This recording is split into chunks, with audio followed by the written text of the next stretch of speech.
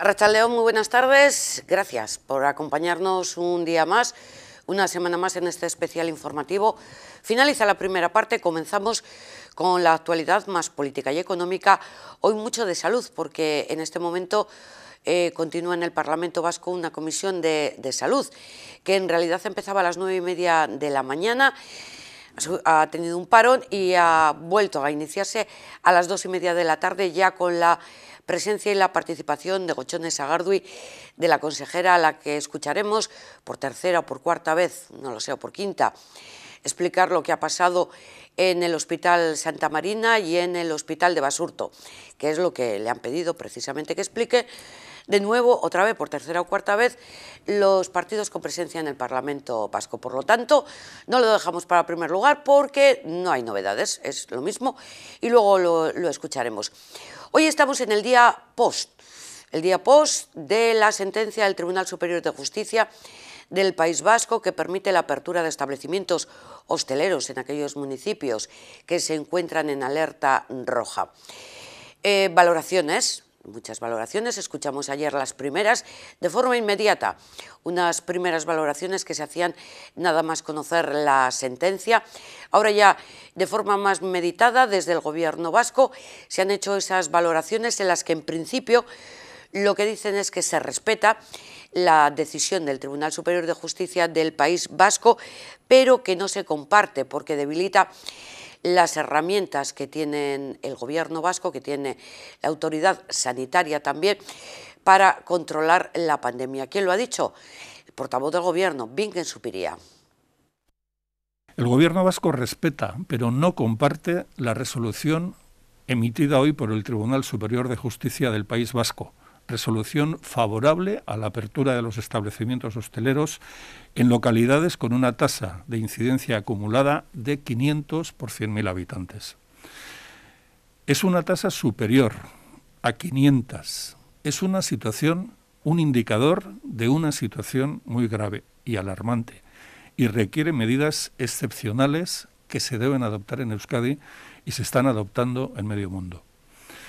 El gobierno vasco no comparte y no puede entender el auto hoy emitido porque nos encontramos en una situación con una tasa de incidencia cercana a los 600 por 100.000 habitantes.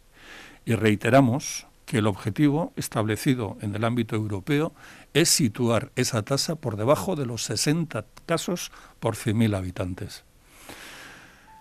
En opinión del gobierno vasco resulta especialmente grave que el tribunal entre a valorar motu propio cuestiones como la evolución o el riesgo epidemiológico, un asunto que en el caso de las instituciones vascas es permanentemente evaluado por la Comisión Técnica del LABI y por los profesionales de salud y de Osakidetza. La resolución del Tribunal Superior de Justicia del País Vasco debilita las herramientas del gobierno vasco para preservar la salud en una situación tan delicada y vulnerable como la actual. Los servicios jurídicos van a estudiar la resolución del tribunal y el impacto que puedan tener o la alteración que puedan suponer para las competencias de nuestra comunidad en esa tarea de hacer frente a la lucha contra la COVID. Por otra parte, tal y como estaba previsto, este jueves se reunirá la Comisión Técnica del LABI y el viernes se reunirá el Consejo Asesor del LABI y en este marco se adoptarán, en su caso, las medidas y decisiones que se consideren más adecuadas para hacer frente a esta situación de riesgo y para un mayor cuidado de la salud de todos. Analizamos algunas de las cuestiones de las que ha hablado el portavoz del gobierno, Bingen Zupiria. El objetivo del gobierno vasco es bajar la pandemia a 60 casos por 100.000 habitantes. A día de hoy estamos en 591 casos. Por tanto, mucho tiene que bajar esta pirámide para llegar a estos 60 casos. ¿Cuándo podríamos alcanzarlo? Entonces, ¿es responsabilidad de la hostelería? Pues para el Tribunal Superior de Justicia del País Vasco no, para el gobierno vasco sí. El LABI, el Consejo Asesor, se reúne el viernes. ¿Qué medidas va a tomar? ¿Va a tener en cuenta esta decisión para endurecer, por ejemplo, todo lo que se refiere a la hostelería, el aforo, adelantar la hora de cierre, este tipo de cuestiones, pues eso tendremos que esperar al viernes. Lo que sí ha dicho Bingen Zupiria es dirigir unas palabras a los hosteleros, a los que hace un llamamiento para que sean estrictos con los clientes y de la misma forma también a los clientes para respetar todas las normas de seguridad cuando vayamos a un establecimiento hostelero. El Gobierno vasco hace un llamamiento a la responsabilidad y al civismo. Necesitamos extremar las precauciones y cumplir todas las medidas preventivas porque nos encontramos, como he dicho antes, en una situación de alto riesgo. Seamos solidarios con los miles de familias que han sufrido y están sufriendo y seamos solidarios y cuidemos nuestra salud personal y colectiva. La única forma de abordar esta situación con más o menos restricciones será si los hosteleros son estrictos con los clientes que vamos a los bares y a los restaurantes en el cumplimiento de las medidas que están establecidas y si los clientes somos serios y estrictos en el cumplimiento de esas medidas. Es la única forma de hacer frente a esta situación. Más voces del Gobierno vasco sobre esta decisión que permite abrir los establecimientos hosteleros, que permite abrir los bares, que ya están abiertos por otra parte, y en este caso ha sido el consejero de Seguridad, Josu Erkoreka.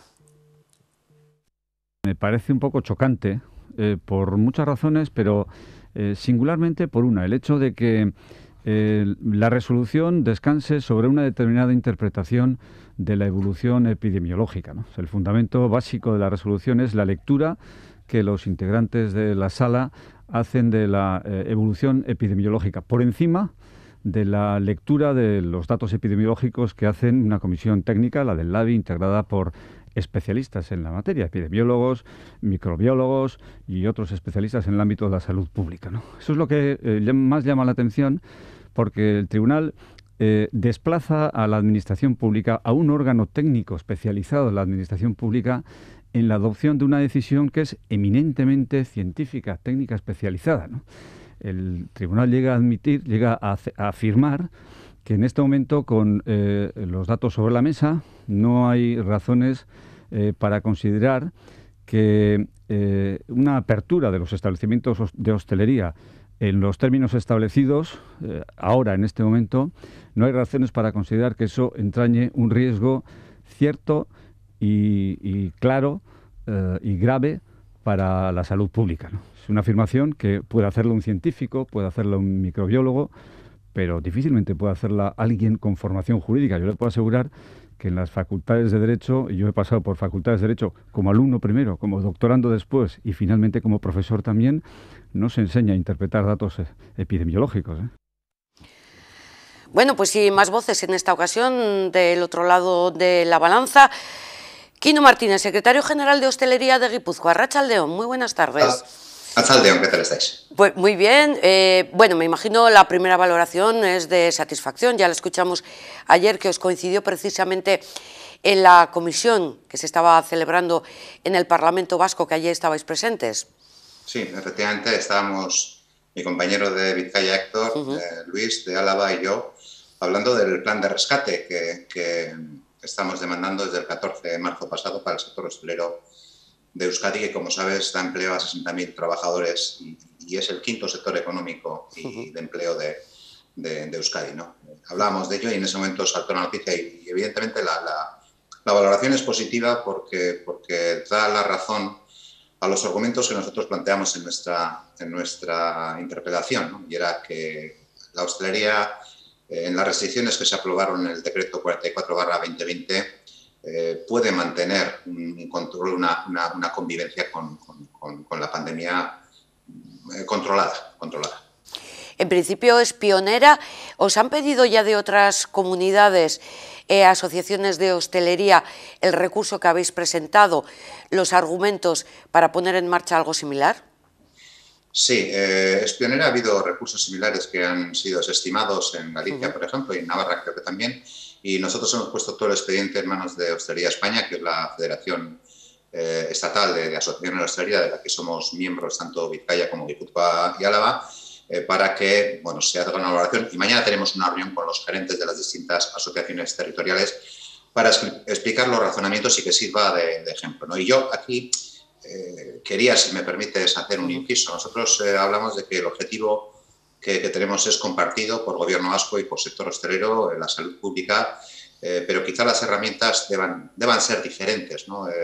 Y no carguen las cintas sobre nuestro sector, que está ya siendo muy estigmatizado, ¿no? Te pongo un ejemplo: no va a haber carnavales, desde hace tiempo lo sabíamos, en Tolosa, en Mundaka, en otras localidades de Euskadi, y sin embargo va a haber vacaciones de carnaval en los centros educativos, ¿no? Y el viernes, lunes y martes van a salir a la calle decenas de miles de chavales, ¿no?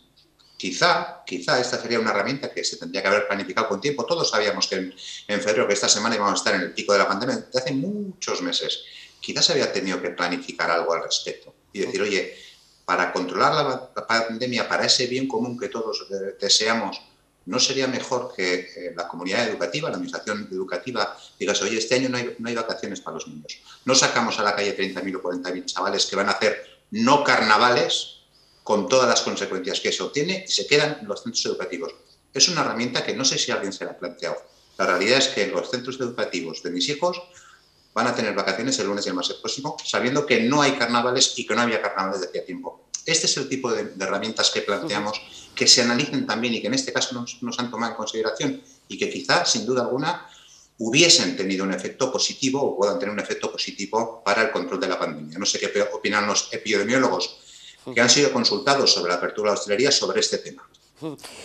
Pero permíteme, y en función de estas vacaciones que van a tener los escolares y que de forma paralela los bares van a estar abiertos, a lo mejor os vuelven a responsabilizar si hay un nuevo incremento, un nuevo pico de contagios. Pues puede ser, efectivamente, puede ser. No te he respondido porque he hecho este inciso, perdona la pregunta anterior. Están los datos que hemos manejado en el expediente están en manos de nuestros compañeros del conjunto del Estado, y sí que es verdad, y aquí me gustaría hacer un llamamiento a los hosteleros y hosteleras del conjunto de Euskadi. Si se han sentido en algún momento en estos meses de pandemia poco escuchados, incomunicados, faltos de información, etcétera, que piensen que en las asociaciones territoriales de Vizcaya, de Guipúzcoa y de Álava trabajan de forma continuada desde hace 43 años para defenderlos, que emplean todas las herramientas posibles para hacerlo. Empleamos los medios de comunicación, como vosotros ahora, muchas gracias por darnos voz. Empleamos los despachos para hablar con las instituciones, para que se nos oiga, el Parlamento, ayer lo hicimos. Empleamos también las medidas judiciales, que son las últimas a las que recurrimos, que son las que menos nos gusta emplear, evidentemente, y empleamos, aunque nosotros no somos en el sentido especialmente activos, la protesta en la calle, ¿no? Todas las herramientas son válidas y lo llevamos haciendo como asociaciones desde hace 43 años y lo seguiremos haciendo para el conjunto de la hostelería, porque nos jugamos mucho como asociaciones, como sector y como país. Euskadi se juega mucho con este tipo de decisiones.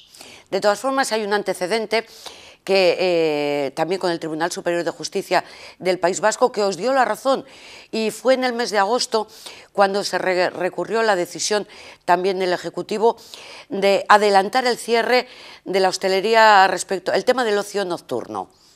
Sí, el tema del ocio nocturno, que es quizá el sector más castigado de la hostelería, junto con el alojamiento y los banquetes, los eventos, los tres sectores que más están sufriendo y los que las administraciones no dicen nada ni se pronuncian, ¿no? Y son sectores económicos que generan empleo, que generan riqueza. Efectivamente, hicimos un recurso a finales de julio, primeros de agosto, que lo ganamos pidiendo que se modificase el horario de cierre de la hostelería. Lo ganamos. Esta modificación tuvo 5 o 6 días de efecto, porque a la semana siguiente un nuevo decreto modificaba ese horario y lo rebajaba de las 1:30, que en recurso ganamos, hasta las 3 y 5 de la mañana para hacer discotecas, a las 11 de la noche. Eso fue así, fue una primera sentencia a nuestro favor y esta ha sido la segunda. No son sentencias, perdón, son medidas cautelares. Son medidas cautelares, pero que pueden prolongarse por varios meses también, de todas formas, han dicho. Efectivamente. ¿Qué esperáis del LABI de este viernes? ¿Unas decisiones o unas medidas más duras para la hostelería respecto al aforo o al adelanto de cierres? Es decir, ¿una revancha por parte del LABI? No, en absoluto, no. Vamos a ver, nosotros Creemos que quienes integran el LABI y quienes dirigen este país a través del gobierno vasco buscan lo mejor para este país, que es la salud colectiva. Nosotros también estamos en ese sentido, el objetivo es compartido. La diferencia es en las herramientas que se puedan emplear. He puesto un ejemplo, en este caso en el ámbito educativo hay muchísimos otros, los transportes públicos, la mayor dotación de fuerzas de seguridad para controlar mejor los cumplimientos de las normas. Hay otras muchas herramientas que se podrían emplear, se emplean solamente en la hostelería. Repito, no creo que el LABI vaya a tomar decisiones, desde luego, no en clave de revancha ni en clave de venganza. Eso estoy convencido que no va a ser así. Tomarán las decisiones que tengan que tomar para conseguir el bien común que todos perseguimos, que es la reducción de esta maldita pandemia que lleva ya con nosotros 11 meses y que todavía, por desgracia, estará unos cuantos meses más. Sí. En absoluto pensamos que vaya a haber una sensación de ese tipo. Las decisiones que tomen, sean o no restrictivas, las acataremos, valoraremos si son justas o no, y en caso de que no las consideremos justas, tendremos que volver a recurrir a las mismas instancias judiciales. Acabamos de escuchar al portavoz de Gobierno, Bingen Zupiria, pidiendo a los hosteleros que sean estrictos con los clientes. No tiene que pedirlo, ya lo somos. Lo venimos siendo desde hace 11 meses y lo seguiremos siendo. Yo creo que en ese sentido las medidas... Te voy a poner un ejemplo. ¿Tú te acuerdas al principio de la pandemia las colas que se producían en los supermercados para entrar? Sí, y a comprar papel higiénico. Daban vueltas a las manzanas y tal. ¿Has visto esas colas en los últimos 4 o 5 meses? No. No, ¿verdad? Las medidas son las mismas, la distancia es 1,5 metros, los aforos dentro son los mismos. ¿Por qué se han relajado? Nosotros no nos hemos relajado. Nosotros seguimos limpiando nuestras mesas, seguimos teniendo material higiénico, trabajamos con las restricciones que se nos han impuesto en el decreto, repito, 44-2020 de 10 de diciembre, y lo seguiremos haciendo porque nos va muchísimo en ello. Lo que sí pedimos a la ciudadanía es que por favor cumpla esas mismas normas y mantenga ese respeto en su forma de actuar, que es el que nosotros tenemos que vigilar, evidentemente, pero que es el único que nos asegura el que podemos seguir abiertos. Yo creo que es general el interés de la ciudadanía en que la hostelería esté abierta, porque somos espacios de socialización fundamentales, construimos un alma social en Euskadi, no se concibe nuestra sociedad sin recurrir a la hostelería, y creo que por el bien de todos, los ciudadanos y la hostelería también, es necesario reforzar ese cumplimiento de las normas. Nosotros, repito, no hace falta que se hagan llamamientos al sector, porque las venimos cumpliendo desde el 14 de marzo. Creo que en esta ocasión, más que nunca, es necesario que la ciudadanía revise su comportamiento en la hostelería y sea lo más estricta posible. Es una sentencia cautelar. De momento los bares están abiertos, pero hay una espada de Damocles. ¿Tenéis miedo que de repente haya, no sé, o se cambie el decreto de alarma y otra vez la hostelería tenga que volver a cerrar? Podría ocurrir.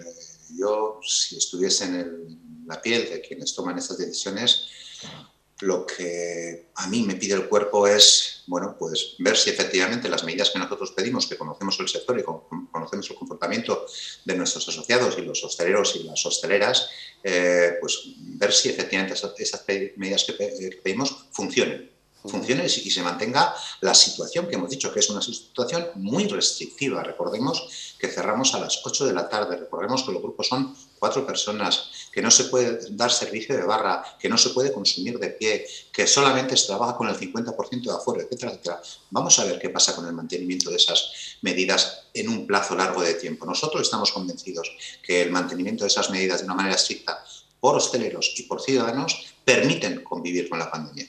Una última cuestión respecto a la petición ayer en comisión en el Parlamento Vasco, un plan de rescate y unas, creo que anunciasteis también, reuniones con diputaciones para pedir medidas favorables en el tema de los alquileres, ¿verdad? Sí, nosotros al final la pregunta que hacíamos a los grupos parlamentarios que componen nuestro Parlamento, ¿no? El Parlamento de este país, era muy sencilla. ¿Qué hacemos con un sector que en 10 meses de vida ha perdido el 50% de su actividad y que da empleo a 60.000 personas? ¿Lo dejamos caer? ¿No lo ayudamos? O sea, tiene que haber una visión integral de este sector. Eso, en otros tiempos, en este mismo país, a finales de los 80, con los sectores navales, textiles, de la siderurgia, se llamó reconversión industrial. Ahora, esto no es una reconversión industrial, pero sí exige de un planteamiento integral de apoyo al sector que asegure supervivencia. Quino, pues muchísimas gracias por dedicarnos este tiempo y muchísima suerte al sector. Como decimos aquí, bares que lugares. Muchas gracias a vosotros por darnos voz. Hasta pronto. Un saludo para toda Guipúzcoa desde aquí. Terminamos escuchando la valoración que hoy mismo hacía Josu Erkoreka, el consejero de Seguridad, que explicaba que además él tiene estudios de Derecho, que no le da esos estudios ni su profesión anterior de profesor para analizar estudios epidemiológicos. Pero seguimos escuchándole. La pregunta es, un municipio que está con una tasa de incidencia por encima de 1000, ¿de verdad que en virtud de este auto puede abrir toda la hostelería de cara al fin de semana? Y si es un municipio en el que se celebran los carnavales, afrontar un fin de semana de carnaval, con todo el mundo disfrazado, haciendo uso de la hostelería indiscriminadamente. Es que, claro, son preguntas que están ahí, ¿no? Y que yo creo que toda la ciudadanía se plantea de cara ante la perspectiva que ha generado el auto del tribunal. Hay estudios municipio por municipio, yo he visto algunos que se han hecho, en los que esa relación causa-efecto se constata con bastante claridad. En algunos casos con mucha mayor claridad que en otros, ¿no? Pero esa relación causa-efecto entre la apertura o cierre de los establecimientos de hostelería y el consiguiente incremento o rebaja de la cifra de contagios, insisto que está analizada estadísticamente en algunos municipios y se puede comprobar efectivamente que esa relación se da. Pero es que no es algo que se haya comprobado aquí, ¿no? Es algo que está en la convicción de la inmensa mayoría de los países europeos. Ya no hablo de las comunidades autónomas, que todas, la que menos, ha adoptado decisiones del mismo calibre, ¿no? Y entre todas está la adopción de medidas restrictivas en relación con la apertura de los establecimientos de hostelería, ¿no? En toda Europa se han adoptado decisiones de este calibre, ¿no? Algunas, muchas de ellas, mucho más rotundas y contundentes que esta, con cierres definitivos y absolutos durante largas temporadas, ¿no? Por tanto, si hay un consenso en la comunidad científica europea que a la hora de asesorar a sus responsables políticos consideran que esa relación se da y que hay un foco de riesgo en la hostelería, no porque la hostelería sí tenga un riesgo especial, sino porque seguramente nuestros hábitos de utilización de esos espacios de hostelería son poco recomendables y nos resistimos a apearnos de estos hábitos, ¿no? Cuando llegamos a un lugar, a un establecimiento de hostelería, nos relajamos todos, nos quitamos la mascarilla, seguramente con más tiempo, durante más tiempo del que debería estar permitido o del que es conveniente para poner coto a la transmisión del virus y ese relajamiento pues está provocando efectivamente una proliferación del virus. Esto nos ata las manos, es verdad. Esto nos deja en desventaja en la carrera de la lucha contra la pandemia, ¿no? Esto es incuestionable, ¿no? Porque tenemos un instrumento menos, tenemos una herramienta menos de las herramientas que disponen pues prácticamente todas las instancias públicas en toda Europa, que por regla general este tipo de medidas pueden adoptarlas sin estas restricciones, sin estas limitaciones, sin esta supervisión y sin encontrarse en la mitad del camino en vísperas de un fin de semana de carnaval que puede ser particularmente delicado desde el punto de vista de la movilización de la gente y de la utilización de establecimientos de hostelería, puede ser muy delicado, pues nos deja en una situación pues francamente difícil, ¿no? Cuando, por las circunstancias que sea, los instrumentos normativos no pueden ser adoptados o son objeto de suspensión, como este caso, pues tiene que recurrir a otros mecanismos de persuasión, ¿no? Y en este caso, por lo menos en este momento, veremos qué es lo que el ABI pueda decidir los próximos días. En este caso, lo primero que hay que lanzar es un mensaje de máxima responsabilidad al conjunto de la ciudadanía. A los responsables de la hostelería, por supuesto, también, pero al conjunto de la ciudadanía que va a hacer uso de esos establecimientos para que apure, para que extreme, para que sea particularmente exquisita en la aplicación y en el respeto de la normativa de seguridad y salud pública y de las normas establecidas para la protección personal y para el distanciamiento físico, ¿no? Ese llamamiento lo estamos haciendo, en fin, y seguiremos haciéndolo en la medida en que se nos priva de instrumentos jurídicos para poder garantizar la efectividad real de estas medidas que, a nuestro juicio, no solamente porque se están adoptando en toda Europa, sino porque nuestros especialistas y epidemiólogos así nos lo recomiendan, son las necesarias para poner coto a la expansión de la pandemia, ¿no? Pues la hostelería en el foco de la noticia. Hemos escuchado las voces de cada una de las partes, por parte del Gobierno vasco y por parte del gremio de la hostelería. Lógicamente, diferentes visiones sobre una misma cuestión. Cambiamos de asunto, lo hacemos en positivo. Atentos, Gobierno de España va a invertir 113 millones de euros en la mejora del servicio de ferrocarril en Vizcaya.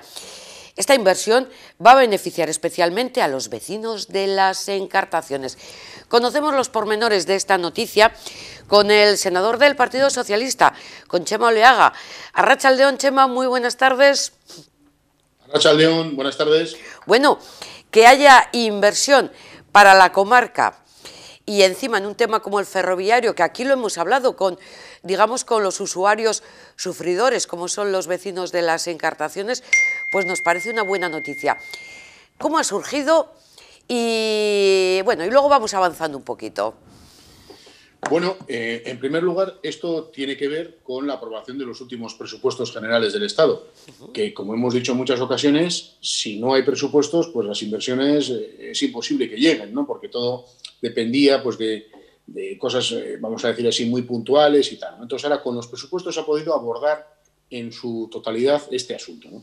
Entonces, lo primero que quiero dejar claro es que el Gobierno de España tiene, el Gobierno de Pedro Sánchez tiene un compromiso con la alta velocidad, pero eso no quiere decir que se deje de lado las cercanías, sino todo lo contrario.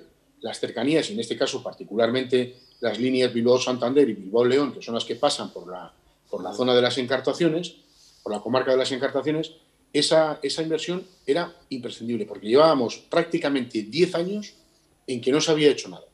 Y entonces ahora con estos presupuestos lo que se va a poner en marcha es la electrificación de todos los tramos que están sin electrificar. Lo que se va a hacer también es mejorar las estaciones, electrificar los túneles, cambiar el gálibo, en fin, todo lo que es necesario para tener una red en condiciones. Y además el Gobierno tiene intención de comprar aproximadamente 31 unidades, ¿no? En fin, nuevos trenes, para entendernos, ¿no? Con lo cual vas a rejuvenecer la totalidad del material rodante, vas a rejuvenecer y va a tener más efectividad, va a ser mejor para los usuarios y las usuarias y, en definitiva, para el servicio público. Se han reunido en Madrid con vosotros, con los senadores, concejales, políticos, no sé si alcaldes, también de estos municipios de Encartaciones. Creo que lo hicisteis ayer, ¿no?, esta reunión. Con el objeto... Bueno, fue en Bilbao la reunión, pero sí fue ayer, sí. Lo que hicimos fue el Grupo Territorial Vasco del Senado, vinimos a una reunión que nos convocaron en Bilbao, y ellos pedían que les explicáramos un poco los detalles, ¿no? Cómo se va a hacer, los plazos, etcétera, ¿no? Entonces, la reunión de ayer fue básicamente para explicarles cuáles son las inversiones que evidentemente se pueden sacar del Boletín Oficial del Estado, ¿no? Porque están aprobados en presupuestos, pero explicarles el detalle, cómo se va a ir haciendo, en qué fases, etcétera, ¿no? Y ese es un poco el planteamiento, ¿no? Básicamente que luego ellos puedan trasladar a los vecinos y a las vecinas que esto va en serio, ¿no? Pues eso es algo que también te voy a pedir yo, no una explicación al detalle, pero sí nos interesa saber, por ejemplo, los plazos, que eso es muy importante, y las mejoras. Si podemos conocer, por ejemplo, para empezar en estas dos líneas de Encartaciones, que son un poco, además, las que se están viendo muy afectadas, se vieron muy afectadas con la tormenta de nieve y de viento, y también por el tema de la pandemia, porque hay muy poca frecuencia de unidades. Sí, eso es cierto, ¿eh? El Gobierno ha hecho un estudio y ha observado que aproximadamente entre el 13 y el 19 de diciembre pasado hubo, con respecto al año anterior, un 80, aproximadamente de media, un 80% menos de frecuencia, o sea, de usos, perdón, ¿no? de pasajeros. De demanda, sí. De demanda. Pero claro, eso es lógico porque estamos viviendo un momento en el que hay menos traslados, menos movimientos, empresas que se han cerrado, etcétera. Entonces eso tiene sentido. Lo que quiere hacer el Gobierno es, aprovechando que todavía estamos en estado de alarma, ya ha licitado obras en algunos sitios para poder terminar, más o menos para mayo o junio, estar terminada esa parte, diríamos, ¿no? Efectivamente, sobre todo en la zona de Aranguren, esa zona de ahí, ¿no? Y entonces, durante un tiempo habrá un servicio alternativo de autobuses mientras se terminan esas obras, ¿no? Pero la idea es que para junio, es decir, más o menos cuando concluya el estado de alarma y se supone que se va a recuperar la movilidad, al menos en una parte sustancial, ya esté en funcionamiento la línea, ¿no? Y en concreto la línea de Bilbao-Santander y la línea de Bilbao-León, ambas dos líneas van a incrementar su frecuencia en el momento en el que lógicamente comience una demanda mayor. Es decir, el hecho de que haya habido un corte de la demanda no es óbice de que se hagan las inversiones y que en un futuro, cuando se recupere esa demanda, pues puede haber incluso una frecuencia mayor que ahora. Sí, porque estaba pensando, según te estaba escuchando, Chema, que claro, también baja la demanda porque la gente se busca otro tipo de alternativas en sus viajes, porque pues eso, creo que estuvimos hablando con portavoces usuarios, en concreto de la línea Bilbao-León, que es la que pasa por Balmaseda, y claro, un tren de ida en todo el día y un tren de vuelta. Entonces, claro, eso tiene que cambiar, ¿no? También está pasando con la larga distancia, ¿eh? O sea, si tú hoy en día coges las frecuencias que hay, por ejemplo, Bilbao-Madrid o Bilbao-Barcelona, son frecuencias menores que hace un tiempo, ¿no? Pero eso, en cierta manera, es lógico. La idea es recuperar y, si es posible, incrementar la frecuencia. ¿Por qué? Pues porque la apuesta por el tren es una apuesta, vamos a decir así, estratégica. Primero porque los trenes que se van a poner en marcha son trenes, algunos de ellos híbridos, son trenes que tienen diríamos, un consumo energético mucho mejor, mucho más adecuado a los tiempos actuales. Va a haber una mayor eficacia y luego lo que haces es eliminas el transporte por carretera, el transporte, diríamos, el vehículo sobre todo, ¿no? Que eso es altamente contaminante y que genera luego problemas en las ciudades, ¿no? Entonces, este planteamiento de invertir en trenes, de invertir en el sistema ferroviario, es una apuesta estratégica no solamente en España, sino que esto ya se está dando también en otros lugares de Europa, ¿no? Y creo que es una extraordinaria noticia, porque las cercanías, es decir, si tú imagínate que inviertes en alta velocidad y consigues que haya un desplazamiento muy importante de grandes núcleos urbanos a otros, si eso no va acompañado de una inversión en las cercanías, es decir, en esos otros trayectos hacia las ciudades más pequeñas, pues no hacemos nada, ¿no? Estamos hablando de inversiones en las líneas Bilbao-Santander y Bilbao-León. Y las de cercanías, la 1 y 2, que son las que atraviesan la margen izquierda, ¿también hay inversión prevista?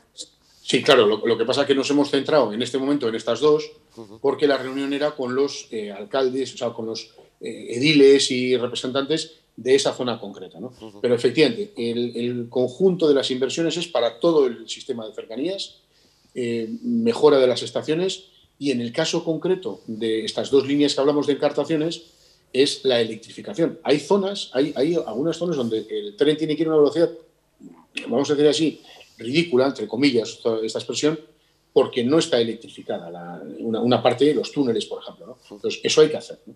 Y luego también hay que recrecer los andenes, hay que, diríamos, redimensionar los andenes para que den un servicio mejor a los ciudadanos, ¿no? Entonces, esto es para toda la red de cercanías, pero en concreto la convocatoria de ayer fue específicamente para las encartaciones. Que, por cierto, perdona, ¿no? Las encartaciones es una de esas zonas que a veces parece como que pasan desapercibidas, ¿no? Que nadie habla de ellas, ¿no? Y nosotros queríamos centrar la importancia de que se llega hasta ese detalle, ¿no? Era un poco el sentido de la reunión de ayer. Los invisibles. Eso es, ¿no? Eso es, ¿no? Eso es lo que en otras zonas del país se dice, las zonas despobladas y tal, ¿no? Pues, la España vaciada y tal, ¿no? Pues efectivamente, si tú no inviertes en transporte público, sí, estas zonas tienen difícil, ¿no? El que puedan crecer, puedan desarrollarse, puedan tener una autonomía para el desarrollo económico, etcétera, ¿no? ¿Está recogido en este apartado económico la eliminación de los pasos a nivel? Sí, esa es otra parte, ¿no? Hay muchos pasos a nivel. Es cierto que el más complicado de todos, el más complejo, es en concreto el de Zorroza, que ese es terrible, ¿no? Porque, en fin, es una brecha que genera un problema tremendo y más que ha generado también en alguna ocasión accidentes graves, ¿no? Pero hay otros, ¿no? Como por ejemplo el que tiene el Flex, ¿no? Para llamarlo de alguna manera, ¿no? Que está un poco antes ahí en Güeñes, Zaya. También cerca de Zorroza, ¿no? Ese otro, ese también es importante, ¿no? Y luego, a medida que vas pasando, hay varios pasos a nivel. Entonces, la idea es ir poco a poco suprimiendo todos esos pasos a nivel, ¿no? Evidentemente hay algunos que no se podrán cambiar hoy por hoy, porque para eso habría que soterrar el tren y todavía no está previsto, pero en todos estos otros la idea es soterrar los trenes para hacer desaparecer los pasos a nivel. Y hay una fuerte inversión en esto, efectivamente. Trámite parlamentario no tiene que llevar ninguno, ¿no? Porque ya si está aprobado en los presupuestos el qué hacer y el dinero que se va a destinar, eso ya, bueno, va a misa. Eso ya está, efectivamente. Ahora lo que hace falta es lo que se llama la licitación, ¿no? O sea, el hacer el pliego de condiciones, sacarlo a licitación pública y adjudicárselo a una empresa. Hay una parte que ya está licitada, que como hemos comentado, eso ya está licitado, que es la obra que ya está en marcha, que se va a ir haciendo hasta mayo o junio. Por ejemplo, la adquisición de los trenes se licitó en diciembre, ¿no? Entonces, bueno, pues eso ya está también poco a poco en marcha. Eso se va a hacer a través de CAF, ¿no? Que es una empresa además muy solvente en esta materia, ¿no? Y el resto, pues a medida que va pasando el ejercicio, pues se va a ir licitando y se va a ir haciendo la obra. Ten en cuenta que, claro, una licitación de este tipo, o sea, una obra de este tipo, lo que provoca es el corte del servicio mientras se realiza, por ejemplo, el soterramiento. Entonces, claro, hay que estudiarlo bien para no perjudicar las frecuencias y la movilidad. Chema, quería preguntarte por otras cuestiones, que fue ayer actualidad, os pillaría un poquito como a todos esperando a ver cuál era la sentencia del Tribunal Superior de Justicia del País Vasco, y me gustaría conocer un poco tu valoración al respecto. Veo que se te ha puesto una sonrisa malvada al hacerme la pregunta, pero bueno, ya me imaginaba que me ibas a preguntar sobre esto y además creo que es de suyo, ¿no? Vamos a ver. A mí hay una cosa que vamos, ya sabes que yo soy el portavoz en la Comisión de Justicia en el Senado, y entonces, bueno, pues ahí estamos trabajando permanentemente en todo esto que es el Consejo, la independencia de los jueces y tal, ¿no? Y a veces cuando dicen, es que no hay independencia de los jueces, pues más independencia que esta, que un juez ha dicho lo que le da la gana, vamos a decir así, y ha tumbado una decisión de un gobierno democrático que acaba de ser elegido en las urnas, pues es difícil, ¿no?, de creer que no hay independencia judicial, ¿no? Dicho esto, yo no voy a entrar, diríamos, en las consideraciones, vamos a decir así, más jurídicas del asunto, porque nos llevaría mucho tiempo, pero hay una cosa que me sorprende muchísimo y que yo creo que me va a entender todo el mundo, ¿no? El gobierno vasco ha tomado una decisión que puede estar acertada o equivocada, no quiero entrar en esto, pero ha tomado una decisión en base a lo que les han dicho sus expertos, los expertos que son expertos en virología, en epidemiología, en medicina, etcétera, ¿no? Y entonces, en base a eso, el gobierno vasco toma una decisión. Y lo que yo no sé es en base a qué ha tomado la decisión el Tribunal Superior de Justicia del País Vasco. No sé, porque dice que no le consta que en los locales de hostelería se produzcan contagios. No sé qué expertos habrá consultado, ¿no? Y entonces, respetando siempre las decisiones judiciales, por lo menos manifestar la sorpresa, ¿no?, de que una decisión como la que había tomado el gobierno vasco aquí, que es semejante a la que se ha tomado en otras muchas comunidades autónomas, en Francia, en Portugal, en Bélgica, en Holanda, ¿no? Pues en cambio aquí, la justicia, en este caso la justicia vasca, pues no sabemos en base a qué expertos ha dicho todo lo contrario. Y ya partiendo de la base, lo comentábamos también hace un instante con el secretario general de los hosteleros de Guipúzcoa, de que ya hubo una sentencia anterior favorable precisamente a los hosteleros y en contra de la decisión del LABI, que fue en agosto, la del famoso adelanto del cierre de centros hosteleros de ocio nocturno, que lo llamaban. O sea que, sin embargo, fíjate, en Navarra, que tenemos aquí al lado, todo lo contrario. Exacto. Entonces esto genera, pues un poco, yo entiendo, o sea, por un lado, yo me alegro por los hosteleros porque, en fin, es un negocio, ¿no? Pero por otro lado, creo, sinceramente, que a veces la justicia resuelve y es incomprensible sus decisiones, ¿no? En fin, es como los designios del Todopoderoso que nos decían que son inescrutables, ¿no? Pues aquí pasa algo parecido. Pero bueno, esto se supone que son medidas cautelares, con lo cual el proceso va a seguir y luego habrá una resolución finalmente, ¿no? Entonces veremos a ver finalmente qué decide el juez. Lo peor sería que ahora permite abrir, mañana cierras, pasado abres, eso sería un desastre, ¿no? Efectivamente. En el Senado, ¿cuál es la labor que estáis realizando ahora? ¿Qué es la ocupación principal que os tiene ahora ahí en las sesiones plenarias? Bueno, hombre, el COVID es una cosa que es permanente en todo, ¿no? Pero por ceñirme en concreto a la Comisión de Justicia, el próximo día vamos a tener, en breve, ¿no?, en unos 15 días, vamos a tener la comparecencia de la Fiscal General del Estado, que teníamos pendiente, no se pudo celebrar en su momento y se va a celebrar ahora. Y tenemos varias leyes sobre la mesa. Hay una que tiene que ver con violencia de género, que se va a tramitar en este pleno del mes de febrero, y en el primer pleno de marzo va la ley de eutanasia, que es una ley que exigiría, ahí Yolanda, si quieres, me comprometo a hacer un especial sobre este tema, porque es muy interesante, ¿eh? Es muy interesante. Los debates son muy profundos, hay concepciones ideológicas diferentes, pero finalmente estamos hablando de la conquista de un nuevo derecho, ¿no? El derecho que tiene todo ciudadano, toda ciudadana, a decidir cómo quiere vivir y cómo quiere morir, ¿no? Y entonces esa ley está ya en los últimos retoques. La comisión se va a celebrar a finales de este mes de febrero y el primer pleno del mes de marzo va finalmente a aprobar, espero que así sea, esta ley, ¿no? Estos son dos cuestiones sobre la mesa, pero hay otras muchas más que van llegando poco a poco y, en definitiva, una vez que se han aprobado los presupuestos, comienza lo que llamaríamos la legislatura normal, leyes de todo tipo, mociones, etcétera, ¿no? Y está habiendo mucho trabajo. Hay dos ponencias, una sobre despoblación, otra sobre envejecimiento, ¿no? Son ponencias que están reuniendo expertos y luego se supone que habrá unas conclusiones que servirán para que se puedan adoptar medidas, ¿no? Pues hay un trabajo muy intenso. Es cierto que el trabajo del Senado a veces pasa desapercibido, ¿no? Y nos preguntan, pero ¿ahí qué hacéis, no? Pero sinceramente te digo que es tremendo. Y además ya sabes que tienes una invitación para acudir un día al Senado y ver in situ cómo hacemos las cosas. Tengo la movilidad reducida, que estoy en el cierre perimetral, que está en vigor aquí. Bueno, habla con los del Tribunal Superior de Justicia y diles que quieres ir allí a ver si te lo abren. Vale, hablaremos con la presidenta a ver qué nos sugiere al respecto.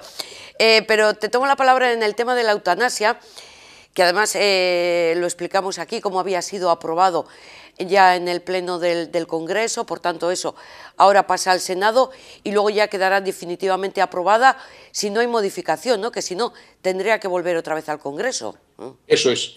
Yo creo que sí que va a haber algunas modificaciones porque los grupos quieren presentar enmiendas, nosotros el Grupo Socialista también quiere presentar alguna enmienda y enmiendas en algunos casos es para corregir cosas que se te han pasado en la tramitación del Senado. Sí, técnicas, ¿no? Cuestiones técnicas. Sí, de calado, fuerte de calado, hay poco. Por ejemplo, no sé, te comento una, ¿no?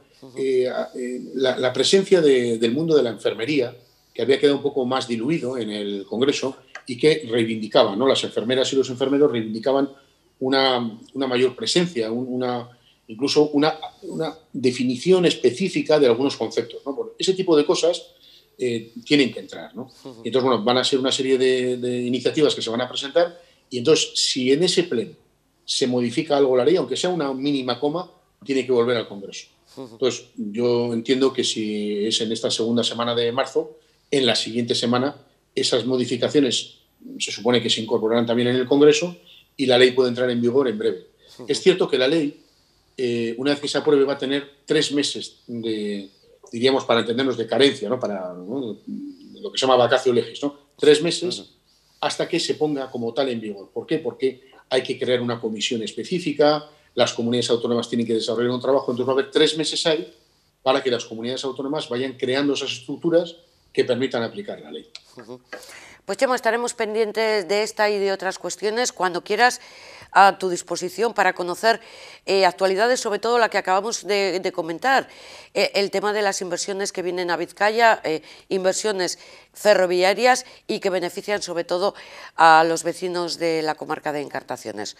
Un beso muy fuerte, Chema. Sin dejar de lado que solamente para Vizcaya, fíjate, en alta velocidad también va a haber 150,5 millones de euros, que es una cifra importantísima. O sea que la apuesta que se ha hecho por el territorio de Vizcaya y por el sistema ferroviario es espectacular. Creo que si cogemos todas las provincias y territorios de todo el conjunto del Estado, creo que Vizcaya tiene un 70% más de inversión que cualquier otra zona. Eso es buena noticia. Pero ¿cuándo vamos a tener el tren de alta velocidad? Pues, en fin, eso pues... te iba a decir que se lo preguntaras a los jueces también. No, pero en serio. Ahora estamos haciendo el tramo de Vizcaya y el tramo de Álava, que son estas fuertes inversiones. El gobierno vasco está haciendo el tramo guipuzcoano, que va luego con fondos del Estado mediante el cupo, ¿no? Y lo que queda pendiente ahora son lo que empiezan con estas inversiones, van a empezar los estudios ya para la entrada del tren de alta velocidad en las capitales, ¿no? Es decir, cómo van a ser esas estaciones que van a albergar el tren de alta velocidad, las estaciones que son muy, muy importantes, ¿no? Entonces, eso, ¿no? Y por otro lado, no nos olvidemos que aunque tengamos el tren de alta velocidad aquí, si no tenemos la conexión con la red que viene de Burgos y tal, pues no hacemos nada, ¿no? Y entonces esa también está ya en marcha y vamos a ver si somos capaces en unos pocos años de tener el tren de alta velocidad. O sea, me estás pidiendo paciencia, ¿no? Paciencia me pides. Bueno, y a mí mismo, porque a mí me encantaría coger el tren de alta velocidad en Bilbao, plantarme en Madrid en el Senado, sin tener que hacer todo lo que tengo que hacer ahora, ¿no? Pero sí, hay que pedir un poco de paciencia, pero también hay que recordar que ha habido muchos años, 10 años, en que no ha habido ninguna inversión seria. Y que las inversiones que se han aprobado en estos presupuestos son espectaculares, espectaculares. Yo tengo que decirte, en los años que llevo en política, no había visto nunca unas inversiones tan potentes. Muchas de ellas, por cierto, que tienen que ver con esas que van a venir de Europa, que son unas cifras, en fin, difíciles de calcular para un mortal normal. Pues que todo ello sea para beneficio de los ciudadanos. A lo dicho, muchísimas gracias, que os cuiden muy bien ahí en Madrid y cuidado con la COVID, que está en todas partes. Un beso muy fuerte para Txema Aldeaga, senador del Partido Socialista, que estaba ahí en las reuniones explicando a los ediles de los municipios de Encartaciones estas inversiones que se van a realizar en la comarca en mejora en infraestructura, en mejora en los trenes, en la red ferroviaria Bilbao-Santander, que es por ejemplo la que pasa por Carranza, y luego también Bilbao-León, que es la que pasa por Balmaseda. Nos vamos ahora al Parlamento Vasco de nuevo, a esta comisión de Sanidad, en la que, como les avanzábamos, la presentación del programa, la consejera Gotzone Sagardui ha tenido que volver a explicar el tema de las vacunaciones irregulares y los ceses de los responsables de los hospitales de Santa Marina y de Basurto. Explique las razones por las que se produjo el cese en sus responsabilidades al frente de los hospitales de Santa Marina y Basurto de los respectivos directores gerentes. Además, en las exposiciones que han realizado ahora, ustedes presentan cuestiones que superan el objeto original de la solicitud de comparecencia y su justificación. Por mi parte, me voy a ceñir al objeto de la comparecencia, las razones por las que los dos directores gerentes no estén ya en sus puestos. Como no puede ser de otra manera, tomaré referencia en mis explicaciones de la comparecencia celebrada en esta misma comisión el pasado día 27 de enero a petición propia, porque en ella ya les hice un extenso y detallado relato de todo lo ocurrido en ambos hospitales, respondiendo a sus preguntas.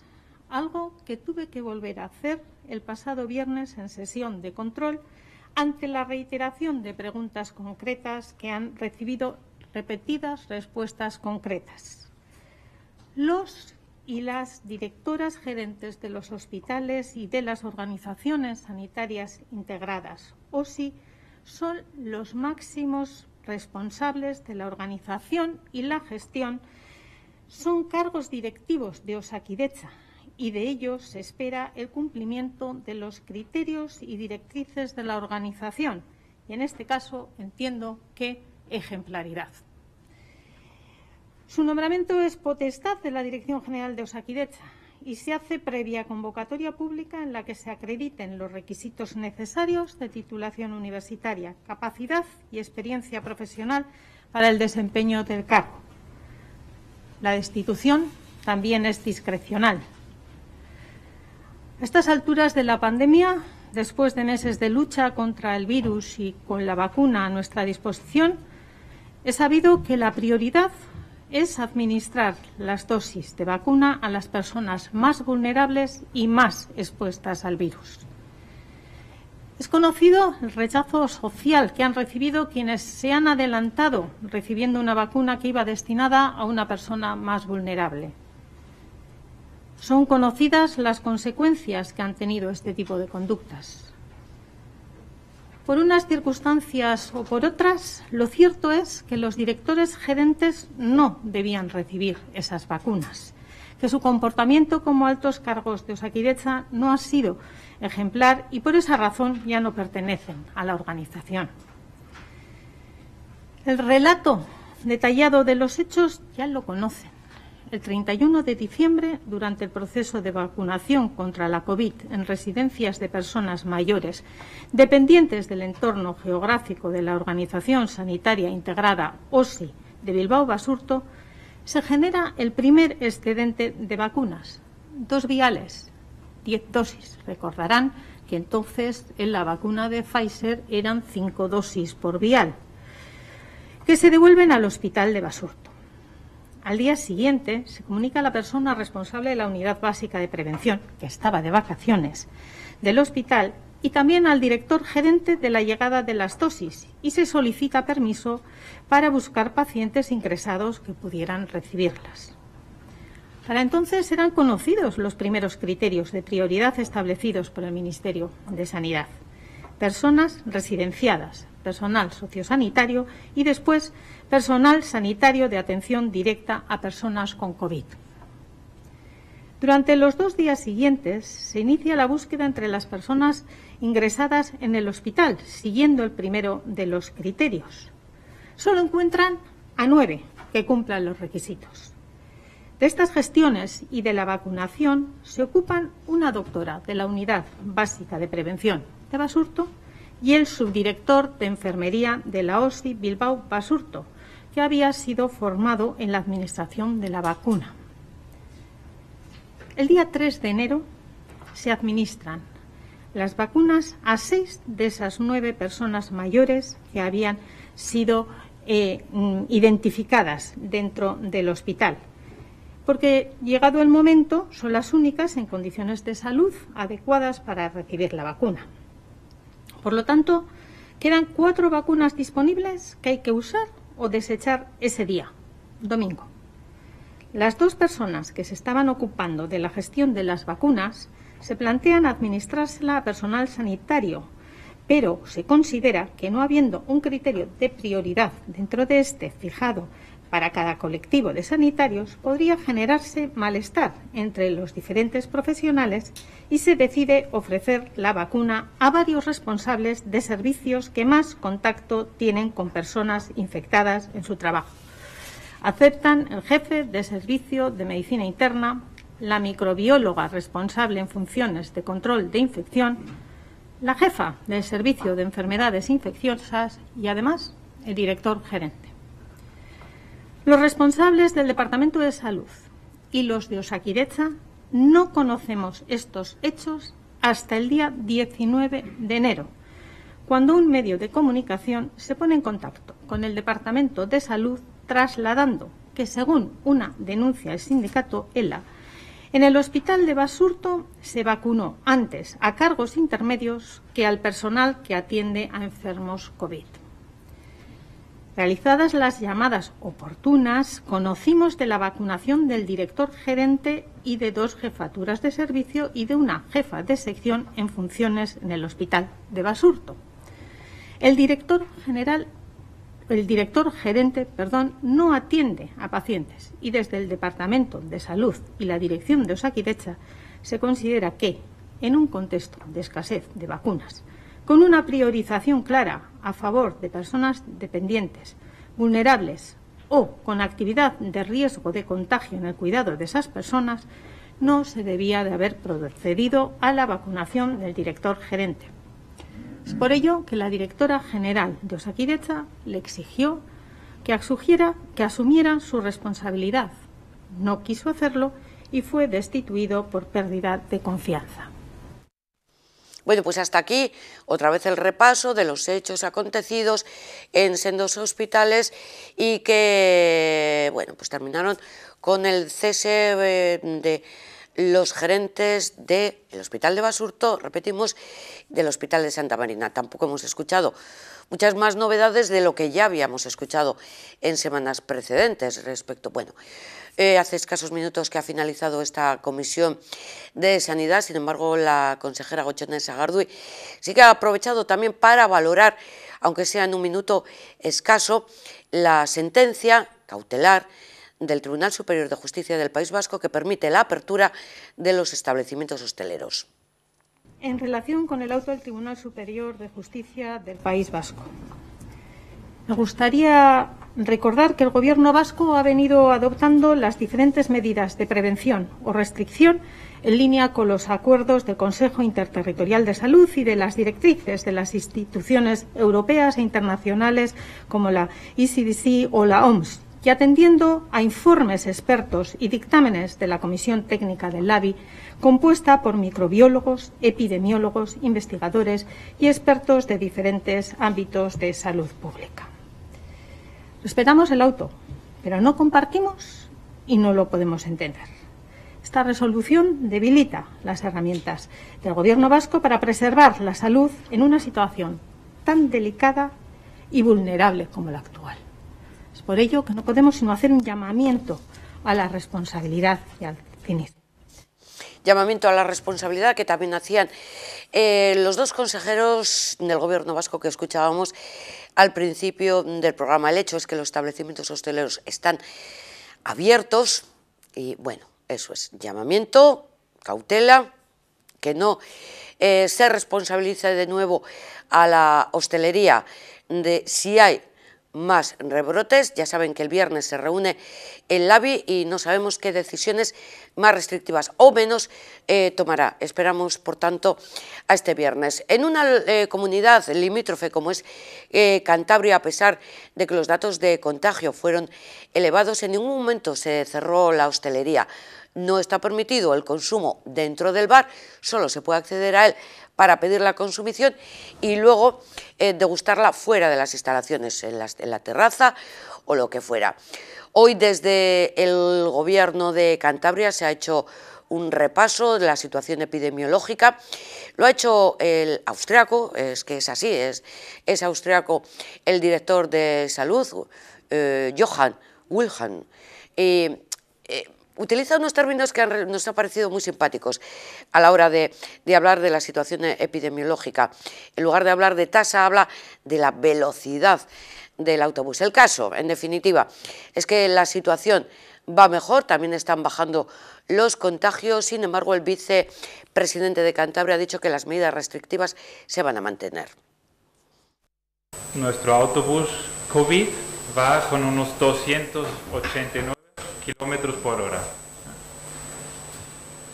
Con la diferencia que los kilómetros por hora pues es la incidencia acumulada por 100.000 habitantes en los últimos 14 días. Hace exactamente 2 semanas este autobús iba a 400 por hora, iba muy rápido. Con respecto a las medidas, pues tengo que comunicaros lo primero, que las medidas referidas a los municipios a los que ha hecho referencia el director general, Laredo, Colindres, Santa María de Gallego, Polanco, quedarán sin efecto a las 00 horas de esta noche, por lo tanto a las 00 horas del jueves. Con respecto a el resto de las medidas que finalizan, que estaban previstas hasta el día 14 de febrero, y ahora detallo cuáles son, hay dos partes. Por una parte, las que se afectan a decreto del presidente, es decir, las que se regulan por decreto del presidente de la comunidad autónoma, que son el cierre perimetral de la comunidad autónoma de Cantabria y la limitación del horario de circulación de las personas a partir de las 10 de la noche. Esos dos aspectos, desde la Consejería de Sanidad, desde Salud Pública, se va a proponer al presidente que se prorroguen por un mes más. Y con respecto al cierre de las zonas interiores de los establecimientos de hostelería y restauración y de casinos y salas de juego, de forma prudente vamos a prorrogarlas. Eso depende de la resolución de la Consejería de Sanidad y en función de lo que han propuesto los técnicos de salud pública se van a prorrogar por 14 días y no habrá cambios hasta que se llegue al nivel 2, es decir, permanecerán abiertos las terrazas, pero los interiores de los establecimientos de hostelería y restauración no se abrirán hasta que lleguemos al nivel 2 y se consolide ese nivel. Y se consolide quiere decir que durante varios días consecutivos se permanezca en nivel 2. Por lo tanto, de momento se prorroga por 14 días y veremos dentro de 14 días cómo estamos y si se necesita prorrogar o se pueden tomar otras medidas. Y a partir En comunicación gráfica lo hacemos todo con mucho arte. Somos Copygraph. Copygraph, expertos en impresión, cartelería digital en todos los formatos, flyers, catálogos, libros, lonas, vinilos, lienzos. Expertos en diseño, papelería comercial, catálogos, murales, carteles. Expertos en rotulación, vehículos, escaparates, stands, señalización. Expertos en accesorios para la comunicación, rollers, plegables, stand móviles. Copygraph en Avenida Libertad 29, teléfono 94 438 1000. Es el momento ahora de actualizar la situación de la COVID-19 en nuestra comunidad aquí en Euskadi con los datos aportados esta misma mañana desde el Departamento de Salud. Así, y a lo largo del día de ayer, martes, se hicieron 13.437 test diagnósticos, de los que 748 fueron positivos, por tanto, un ligero incremento respecto a la jornada de ayer. Por territorios, 121 en Álava, 406 en Vizcaya y 208 en Guipúzcoa. Sobre la situación de los hospitales en el día de ayer, 99 personas ingresaron por COVID en planta y en las UCIs hay actualmente 165 personas con COVID. También el departamento ha analizado los datos acumulados en la semana del 1 al 7 de febrero, datos que concluyen con que ha habido 99 fallecimientos por COVID como causa directa en una semana. Dicho lo cual, la tasa baja a 591,49, esto significa que todavía toda Euskadi está en el nivel de alerta roja, y que la tasa de incidencia, esta también baja y se sitúa en el 5,6%. Vamos a hacer un repaso ahora por la situación de nuestros municipios. Avanzarles que 37 municipios de Euskadi están en alerta roja. Son 5 menos que ayer, y en lo que respecta a Vizcaya han salido del nivel rojo Galdakao y Munguía. Ahora vemos en este repaso cuáles están en situación más preocupante, por lo tanto el nivel rojo, y por lo tanto no puede haber deporte escolar, aunque sí establecimientos hosteleros abiertos en base a la sentencia del Tribunal Superior de Justicia del País Vasco.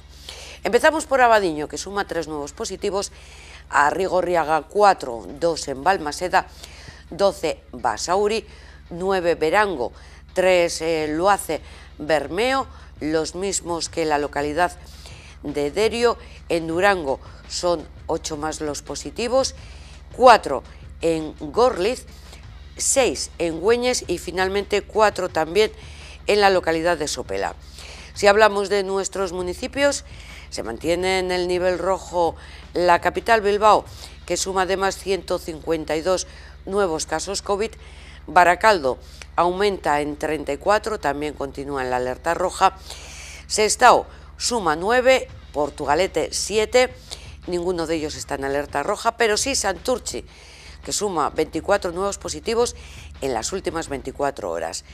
Trapagarán suma 2 más, en Ortuella se han detectado 3 nuevos casos COVID y en Abanto y Ciérvena ha sumado 4. Musquis 2 más, en Ciérvena, la localidad costera, ninguno, en Erandio 7, en Leioa 14 y en Guecho 37.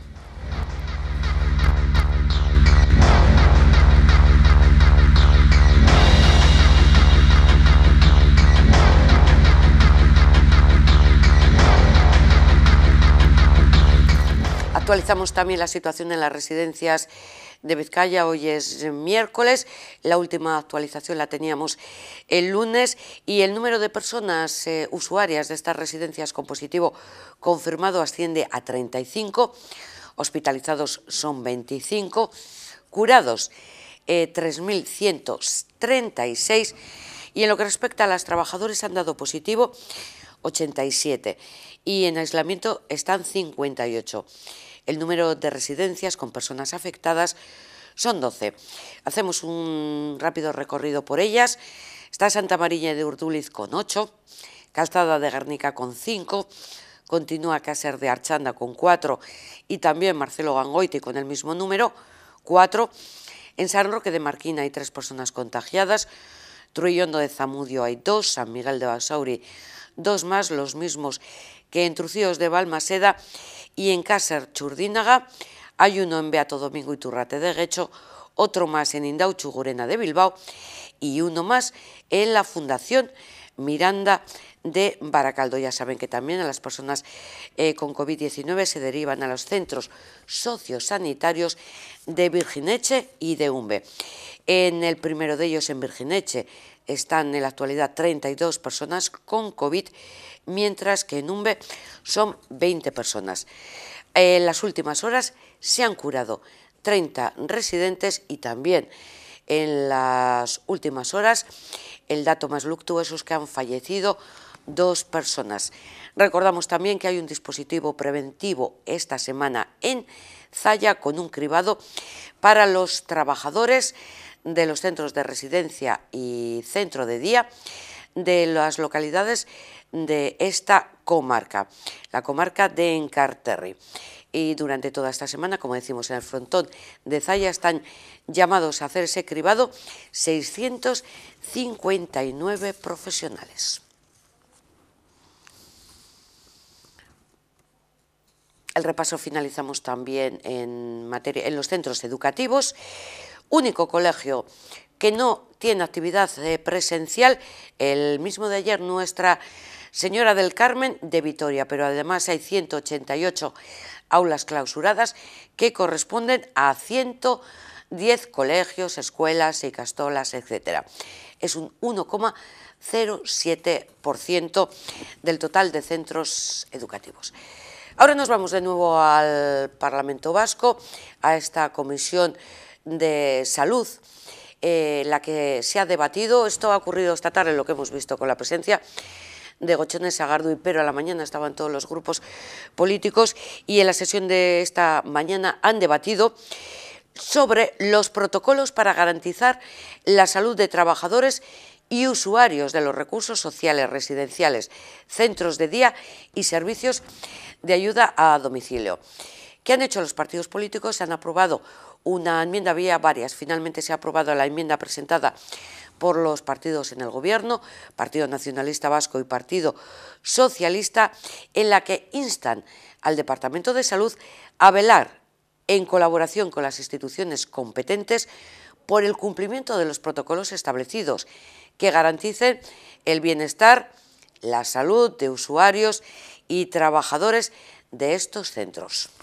Si tenemos a una trabajadora, y hablo en femenino porque son ellas, si tenemos a una trabajadora que va de servicio en servicio y se mueve de casa en casa, pues es evidente que es un único vector que puede contagiar a muchas personas, no solo a esas personas a las que cuida y a las que trata, sino también a los familiares que viven en esas casas. Y bueno, y además es cierto también que estas ayudas se han pedido en menor medida este año por ese miedo de que otras personas entren en esos domicilios. Entonces son servicios que se están dejando de impartir en muchas ocasiones, ¿no? Entonces, si a esos colectivos, si a esos trabajadores, al diro, si con maistasuna, con, no sé cómo decir, con frecuencia, les damos entre otras medidas la posibilidad de hacerse una PCR, pues bueno, ya hemos visto además que es la forma de cogerle un poco el ritmo al virus, ¿no?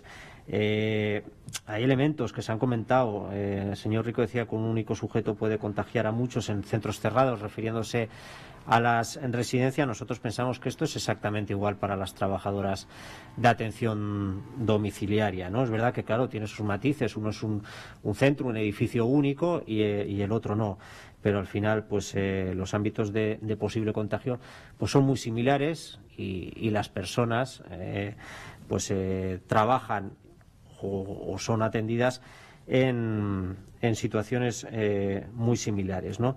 Y sobre la ineficiencia de hacer pruebas PCR en centros de día, etcétera, nosotros pensamos que no va a ser más ni menos eficiente que los cribados que ya se hacen y a los que se ha hecho referencia. Son, por así decirlo, muestreos menores, pero también más específicos en sitios concretos y en sitios de riesgo. Por lo tanto, nosotros, pues sí puede haber matizaciones y diferencias sobre las medidas medidas, pero pensamos que en los ámbitos en los que estamos planteando que haya cambios y que haya un refuerzo y una ampliación de esas medidas, pues pensamos que son necesarias. Entonces hay un elemento que yo creo que nos ha sobrepasado a todos con esta iniciativa, que es el anuncio de ayer del Ministerio, que se hace porque llega una nueva vacuna que puede ser una vacuna que se dirija a este colectivo y se entiende que efectivamente es un colectivo que está expuesto y entonces damos un paso más. Ya no estamos hablando solamente de control o seguimiento de las posibles infecciones, sino que vamos a hablar de la inmunización de ese colectivo, que me parece el paso más importante que se pueda dar. Yo creo que hoy la realidad nos supera a todos. Es una realidad que conocimos ayer, que se debatirá además hoy donde procede, y en la que el Gobierno de España, junto con los gobiernos autonómicos y también con el Gobierno vasco, que no olvidemos que está sentado también en algunas de las comisiones donde se toman estas decisiones, no ya en la interterritorial, sino en los propios grupos de trabajo, pues se adoptará la decisión. Y en el momento en el que esta decisión se incluye ya oficialmente en el plan de vacunación, a mí no me cabe ninguna duda de que se nos trasladará esa información. Pero, hombre, decir que la consejera no ha venido aquí a informarnos, pues que la noticia es de ayer del Consejo de Gobierno de España y se va a debatir en el órgano en el que corresponde ahora. Van a incluir al SAD, a los centros de día y a los centros de menores. Nos parece una decisión acertada. Con eso no quiero decir que su gobierno lo está haciendo todo bien. Y he puntualizado que solo se está hablando de una de las vacunas. Y habla de los trabajadores, no habla de esas personas que son atendidas en esos centros. Simplemente. Lo que venían a decir, sobre todo el portavoz del Partido Socialista, al que escuchábamos, Ekain Rico, es que el debate de hoy en la Comisión de Salud estaba sobrepasado, porque en realidad lo que iban a pedir y piden al Departamento de Salud es un control para la seguridad de los trabajadores, no de primera línea de los hospitales, sino los de ayuda a residencia, centros de día, etcétera. Pero es que este debate se produce el día después de que la ministra de Sanidad, Carolina Darias, anunciara una nueva fase en el proceso y en el protocolo de vacunación, y que es que este colectivo precisamente va a ser el siguiente a vacunarse con la administración de la tercera de las vacunas que ha llegado, que es la de AstraZeneca. Todo el proceso de vacunación tiene un marco, digamos, un marco regulatorio, que es la estrategia estatal de vacunación, una estrategia estatal de vacunación que, como saben, es compartida y es participada primero por la ponencia de vacuna, formada por personas expertas, el grupo de trabajo que lo forman tanto miembros del Ministerio de Sanidad como también personas expertas de las comunidades autónomas, de las sociedades científicas, también del Comité de Bioética, y ahí esa ponencia, junto con la Comisión de Salud Pública, hace un trabajo tremendamente importante que quiero reconocer y valorar. Pues ha sido digamos, tanto la ponencia como la Comisión de Salud Pública, que es la que aprueba, la que toma acuerdos, la que ha ido primero aprobando la estrategia de vacunación y después ha ido actualizando esta estrategia conforme se iban apareciendo elementos nuevos, como puede ser la incorporación de una nueva vacuna. En relación con lo que usted pregunta, AstraZeneca, la semana pasada la Comisión de Salud Pública, tras la propuesta de la ponencia, primero acordó cuál es el ámbito, digamos, de aplicación de la misma a grupos etarios con un máximo hasta 55 años. 55 años por cuanto que el ensayo clínico de AstraZeneca se había realizado hasta esa edad y, por tanto, basándonos en la evidencia científica, en la eficacia de esa vacuna con ese ensayo clínico, pues entendimos, y así lo entendió la Comisión de Salud Pública, que lo aprobó con todas las comunidades autónomas, ser ese el marco temporal de aplicar la vacuna de AstraZeneca desde los 18 hasta los 55 años. También se avanzó en la pasada Comisión de Salud Pública, que se celebró la última de ellas el jueves, se avanzó en seguir, digamos, otro grupo más para AstraZeneca, que es dentro del grupo 3, recordarán los 4 grupos prioritarios, el 1 personal de residencia, tanto las personas mayores como el personal sanitario y sociosanitario, el grupo 2 personal sanitario de primera línea y el grupo 3 otros profesionales sanitarios que no están tan en contacto con los pacientes o de segunda línea, como mediáticamente se les denomina. También se decidió aplicar, aparte de ellos, AstraZeneca y también un nuevo grupo. Digamos que dentro del grupo 3 se han establecido 2 subgrupos, el 3A, aquellos que no están en primera línea, y el segundo subgrupo, otras profesiones sanitarias, digamos médicos forenses, fisioterapeutas, por ejemplo, que estarían dentro de esa categoría para que también ustedes entiendan el alcance del acuerdo. Hoy, ahora mismo, antes de entrar a esta rueda de prensa, se estaba produciendo una nueva reunión de la Comisión de Salud Pública en la que iban a avanzar otras pautas de administración de AstraZeneca. Permítame que espere que acabe la Comisión de Salud Pública, tan pronto acabe, por ser respetuosa con lo que ya están acordando, podemos avanzar pues hacia otros colectivos, hacia otros grupos etarios, que será, digamos, el marco en el que ahora mismo están las comunidades autónomas junto con personal del Ministerio acordando. Y efectivamente ya se ha acordado el epígrafe, ese grupo 3 que podrá ser vacunado. A ver, grupo 3 se agrupa para vacunarse a continuación, y con esta de AstraZeneca, otro, y dice así entre comillas, otro personal sanitario y sociosanitario, con un subgrupo que incluye a colectivos en función del riesgo de exposición de la actividad laboral. En este subgrupo figura fisioterapeutas, terapeutas ocupacionales, personal de oficina de farmacias, o sea, farmacéuticos, que ganas de complicarlo.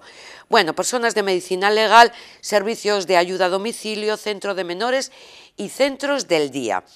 También se incluye a los trabajadores de instituciones penitenciarias, y otra parte de este subgrupo, por tanto, que empezarán a ser vacunados también con esta vacuna de AstraZeneca, son agentes policiales, los bomberos, el personal de emergencia, protección civil y forestales, docentes, y estos los profesores también ya lo habían solicitado, docentes de infantil y primaria de hasta 55 años. Estos serán los siguientes en vacunarse con esta tercera que ha llegado, que es AstraZeneca. Las anteriores, la Pfizer y Moderna, siguen llegando y se sigue produciendo la vacunación, y la misma ministra de Sanidad decía que se han entregado a las comunidades autónomas entre la Pfizer y Moderna 2.218.000 dosis. Seguimos avanzando y es muy importante. Hace un año que aproximadamente empezó la pandemia, nadie imaginaba que al final de un año, a pesar de que lo decíamos, iba a llegar la vacuna. La vacuna ha llegado gracias al esfuerzo de la ciencia, gracias también al esfuerzo de toda la Unión Europea en esa estrategia de compra anticipada que ha permitido, bueno, pues que ya estemos suministrando dosis a todos los ciudadanos y ciudadanas europeas. Sobre esta cuestión quiero comentarles que ya hemos entregado a las comunidades autónomas de las vacunas de Pfizer y Moderna, que son las que están contabilizadas en esta cifra que les voy a dar, 2.218.755 dosis, y ya se han administrado 2.105.033 millones de dosis, y ya estamos prácticamente llegando a las 800.000 personas que han recibido en nuestro país las dos dosis, por tanto, tanto de BioNTech Pfizer como de Moderna. Estas cantidades no están incorporadas las que acaban de llegar esta semana, que ahora les voy a dar cuenta de las mismas. Quiero subrayar que España se sitúa por encima de la media de la Unión Europea en la administración de vacunas, y este es un dato tremendamente importante y relevante que desde luego nos hace seguir firmes en el objetivo de cada vez tener más personas vacunadas que contagiadas. Contamos ya con 3 vacunas, saben que hay un portfolio de 6 vacunas, 6 contratos que ha suscrito la Unión Europea con 6 farmacéuticas. Ya tenemos la autorización por parte de la EMA y la aprobación de la Comisión de 3, tanto la de BioNTech Pfizer como la de Moderna, como recientemente se acaba de incorporar la de AstraZeneca. Saben que el pasado sábado recibimos las primeras dosis de AstraZeneca en nuestro país. El compromiso de AstraZeneca en firme para este mes de febrero es que vamos a tener de esta vacuna 1.800.000 dosis, ya tenemos en nuestro país 196.800, que les anuncio que ya han sido repartidos en el día de ayer y en el día de hoy a todas las comunidades autónomas, y que también en esta semana se han entregado las 400.000 vacunas de Pfizer y también las 104.400 de Moderna. Total, que en esta semana, contando con las que le acabo de decir de AstraZeneca, de Pfizer y de Moderna, esta semana vamos a contar para administrar vacunas en nuestro país 101.340 dosis. Creo que es una cantidad relevante, cada vez va cogiendo, digamos, más ritmo en la vacunación, y desde luego estamos pendientes, ya les anuncio, de confirmar en los próximos días una nueva entrega de AstraZeneca que se va a sumar a estas 700.001 que le acabo de comentar. El objetivo que nos hemos marcado entre todos en esta estrategia única de vacunación es que haya más personas vacunadas que contagiadas en el menor tiempo posible y que al finalizar el mes de marzo tengamos a un gran número de personas mayores, en torno al 80%, que ya estén también vacunadas. Y también, recuerden, ese objetivo compartido con la Unión Europea, que es lo que han impuesto a todos los países miembros, de tener durante el verano, a lo largo del verano, pues tener vacunada al 70% de la población. Estamos trabajando de manera firme para conseguirlo en una acción conjunta con las comunidades autónomas y especialmente quiero destacar el trabajo de los profesionales sanitarios, de nuestra red asistencial, porque tenemos un gran sistema nacional de salud, es una de nuestras grandes fortalezas y por tanto ese es, digamos, nuestra mejor base para seguir vacunando a toda nuestra población. Pero es importante, junto con esto, seguir manteniendo la cultura de la prevención. Las variantes están aquí, tanto la variante británica especialmente, que saben que aproximadamente ha colonizado en el tiempo que estamos en torno a un 10% en nuestro país, si bien hay zonas que tienen una mayor incidencia, pero que la proyección está que en un tiempo breve pueda tener un mayor impacto en la colonización. Por tanto, insistamos en la cultura de la prevención, las 6 M's que conocemos bien, el uso de las mascarillas, el lavado de manos, la distancia social, maximizar la ventilación, minimizar también los contactos, porque es muy importante, sabemos que son los vectores de mayor transmisión del virus. Seguimos avanzando, pero es verdad que no podemos bajar la guardia. Yo creo que estos datos de incidencia acumulada que en este sentido nos marca el camino adecuado, significa que tenemos que perseverar en la adopción de las mismas, porque quiero recordar que estaremos en un nivel óptimo a partir de 50 casos de incidencia acumulada por cada 100.000 habitantes cada 14 días. Por tanto, todavía tenemos un largo camino que recorrer. Por tanto, seguir en la insistencia de la medida hasta alcanzar esa inmunización colectiva y esa resiliencia comunitaria. La vacuna ya está aquí con nosotros y, por tanto, ese es nuestro objetivo prioritario, vacunar, vacunar y vacunar para inmunizar cuanto antes a toda nuestra población. Vacunar y mientras tanto seguir. Hoy qué rara me veo ahora con la mascarilla puesta aquí en el programa. Es porque tengo visita. Hola, Cintia. Y no nos ha dado tiempo de preparar un poquito aquí. Hola, Yoli. ¿Qué tal? Muy bien, muy contenta de volver. Bueno, que todavía no había tenido Cintia de estar con nosotros, yo de estar con ella, para que nos avance, porque ya está en antena, la nueva edición 2021, edición mascarilla de Palabras Mayores. Totalmente. ¿Qué tenemos hoy, Cintia? Pues la verdad que hoy tenemos otro programa súper especial por también ser el segundo y sobre todo lo primero, Yoli, agradecer, ¿no?, a la gente que ha estado con nosotros, que sigue confiando en Palabras Mayores y que nos ha trasladado pues toda esa alegría de nuestra vuelta. Hoy tenemos un programa en el que vamos a intentar cada miércoles hablar pues con un concejal del área de mayores o del área social, que nos cuente un poco cómo están los ayuntamientos trabajando, cómo están también pues los centros sociales, las residencias. Hoy vamos a estar con la concejala de Santurtzi. Luego también nos vamos a acercar a Aspaldico, una de las residencias con las que hemos estado trabajando muchas veces allí, nos han contado un montón de cosas y bueno, pues reflejar un poquito también el trabajo que hacen ellos, sobre todo también los trabajadores, que nos ponemos también en foco a las personas mayores, pero los trabajadores y trabajadoras también están teniendo un papel súper importante durante toda esta pandemia.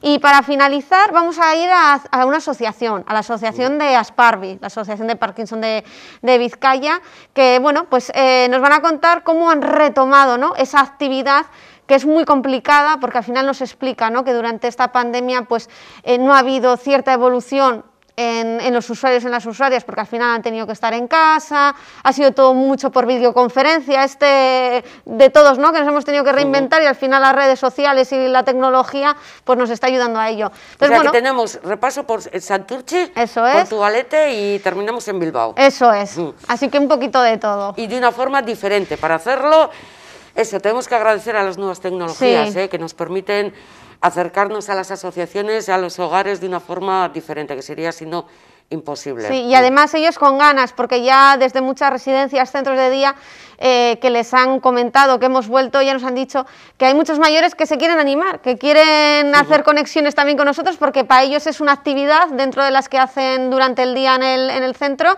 y también pues una novedad, ¿no?, el poder volver a hablar con nosotros y además pues a través de una pantalla. Así que espero que en los próximos programas tengamos algún invitado ya de nuestros mayores.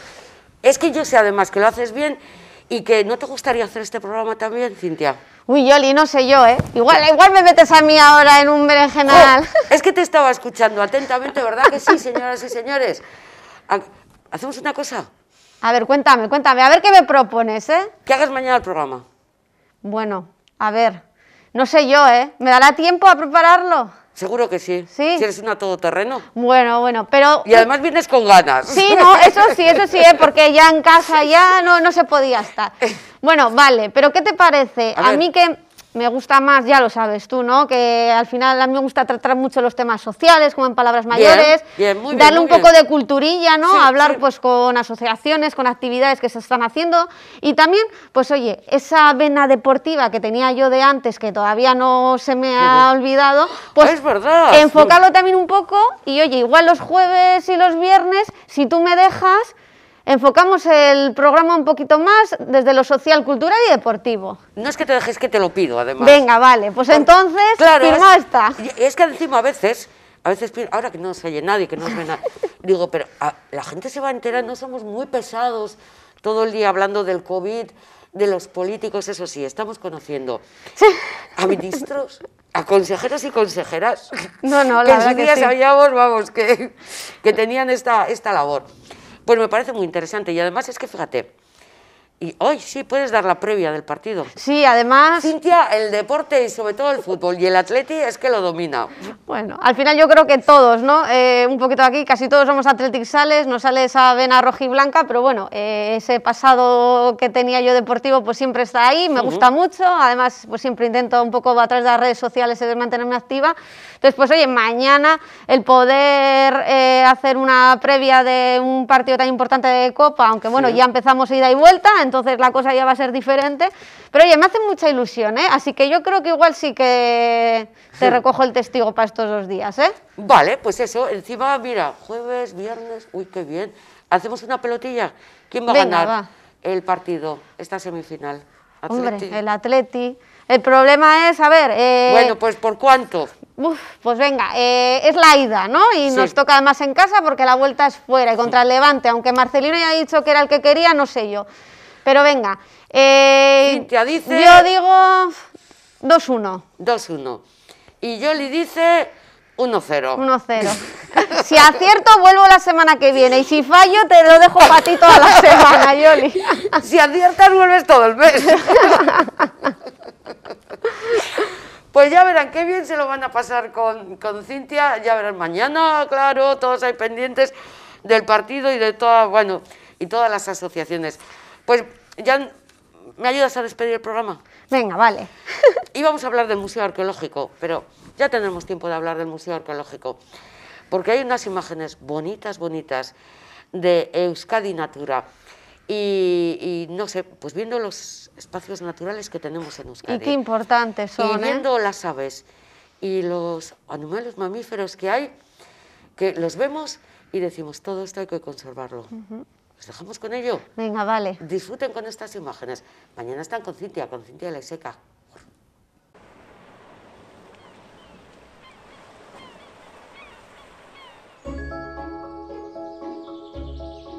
La Red Natura 2000 es una red europea de espacios naturales de alto valor ecológico, creada para garantizar la conservación de los hábitats naturales y de las especies de flora y fauna silvestre en sus áreas de distribución natural por medio de la designación de zonas o territorios para su protección y conservación.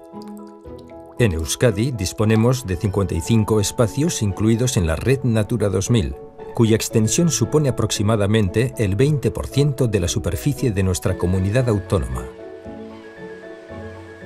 Pero además constituye una alianza entre las personas y la naturaleza, resultando la principal herramienta de conservación de la biodiversidad en la Unión Europea, y a la vez una oportunidad para fomentar el desarrollo sostenible de las poblaciones humanas que conviven con ella, buscando el equilibrio entre las actividades socioeconómicas y la naturaleza, con el fin de mejorar la calidad de vida de las personas que la habitan. Natura 2000 ya se está revelando como un motor importante de muchas economías locales, gracias a actividades tanto tradicionales como otras de reciente creación.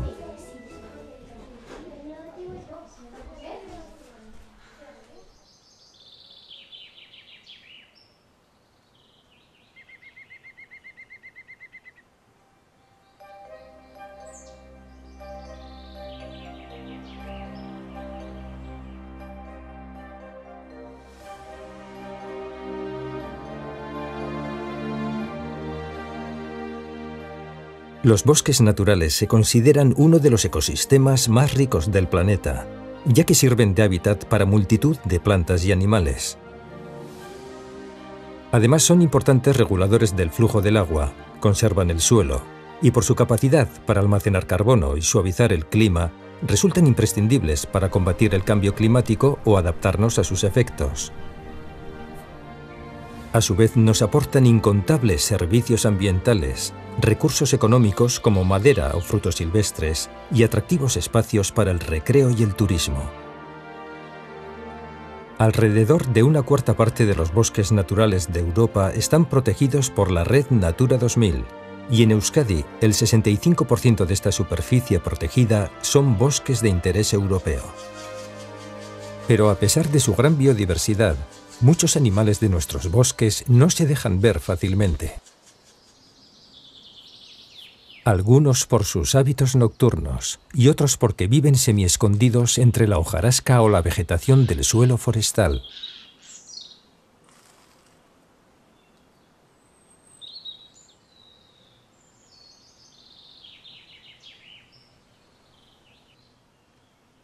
Como esta culebra de collar, que a pesar de ser un gran depredador de anfibios y otros pequeños vertebrados, también puede pasar a formar parte del menú de una pareja de culebreras europeas, que en este caso han instalado su nido en lo más profundo de un encinar.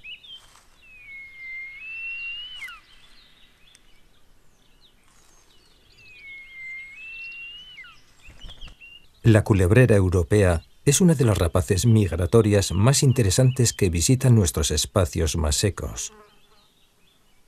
Está especializada en alimentarse casi exclusivamente de reptiles y muy particularmente de culebras, lo que la convierte en un excelente controlador de las poblaciones de estos ofidios. En este caso, la joven culebrera no pierde detalle del comportamiento que tienen sus padres.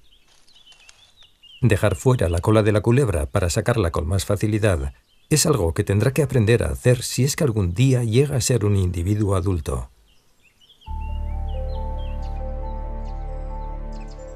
Parque Natural de Izqui en el territorio histórico de Álava. Su bosque de roble melojo es uno de los mejor conservados de Europa. Este bosque alberga uno de los pocos núcleos poblacionales de pico mediano de la península ibérica. Debido a su buen estado de conservación, les proporciona cobijo y una dieta variada basada en insectos que completan con semillas y bellotas.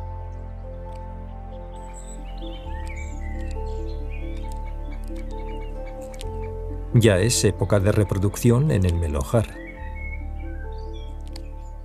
Esta pareja ha utilizado un mismo árbol viejo en varias ocasiones para hacer su nido.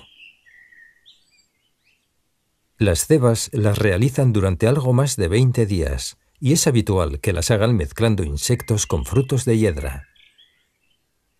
Las parejas que comienzan antes el periodo reproductor ceban un mayor número de veces con este fruto.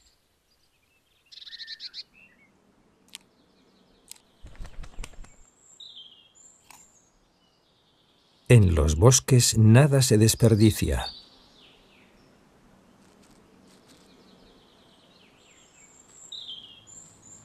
Mientras esta marta patrulla por su territorio, este ratón leonado almacena todas las bellotas que puede para sobrevivir a los meses más duros del año.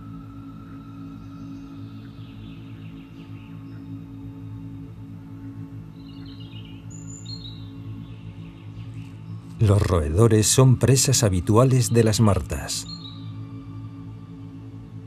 Con unos sentidos tan desarrollados, siente perfectamente los pequeños movimientos del roedor.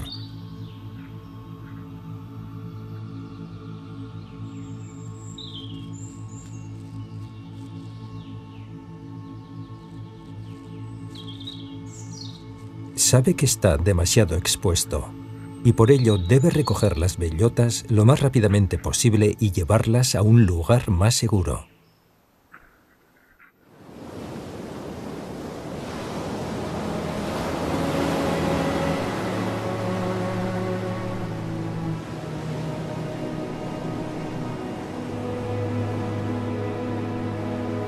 La costa es la franja de conexión entre la tierra y el mar. Un entorno inestable y cambiante, que sufre alteraciones constantes provocadas por el clima, el viento, las olas, la marea, la actividad biológica o las actividades humanas.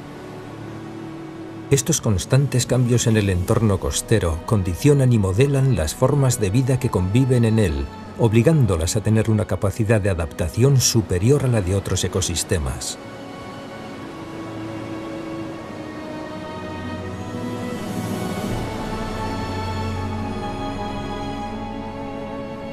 La costa vasca cubre una extensión de unos 190 kilómetros de longitud. Es una costa de perfil irregular, con altos acantilados y numerosos cabos y calas, intercalados por algunas rías y playas abiertas al mar. Nuestro litoral, además de acoger una gran biodiversidad, sirve de asentamiento a buena parte de la población, con su actividad económica y de recreo, por lo que se hace necesario poner en marcha estrategias de protección como las que promueve la Red Natura 2000.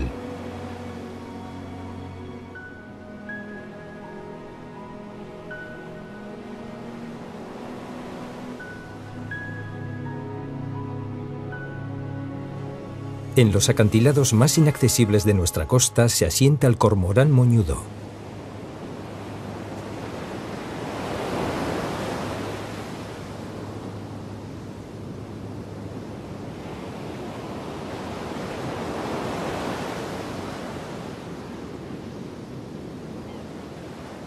Es un ave marina que cría en colonias y que instala su nido sobre una repisa protegida de las inclemencias del tiempo. Los pollos, ya independientes, tras ser alimentados en el nido durante unos 50 días, buscan los mejores lugares para pescar. Este ejemplar pasa incluso caminando entre las pozas creadas durante la marea baja en la desembocadura de la ría de Urdaibai.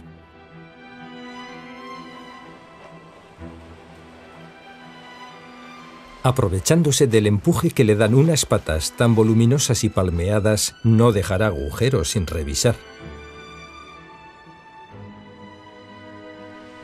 Aunque ni mucho menos le resulta fácil capturar una presa.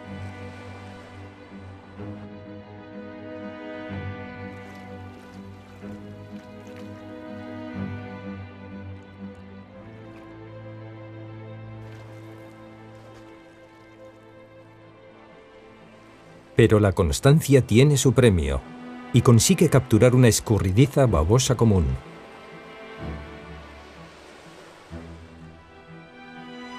Tragará al pez comenzando por la cabeza para evitar pincharse con las punzantes espinas de sus aletas.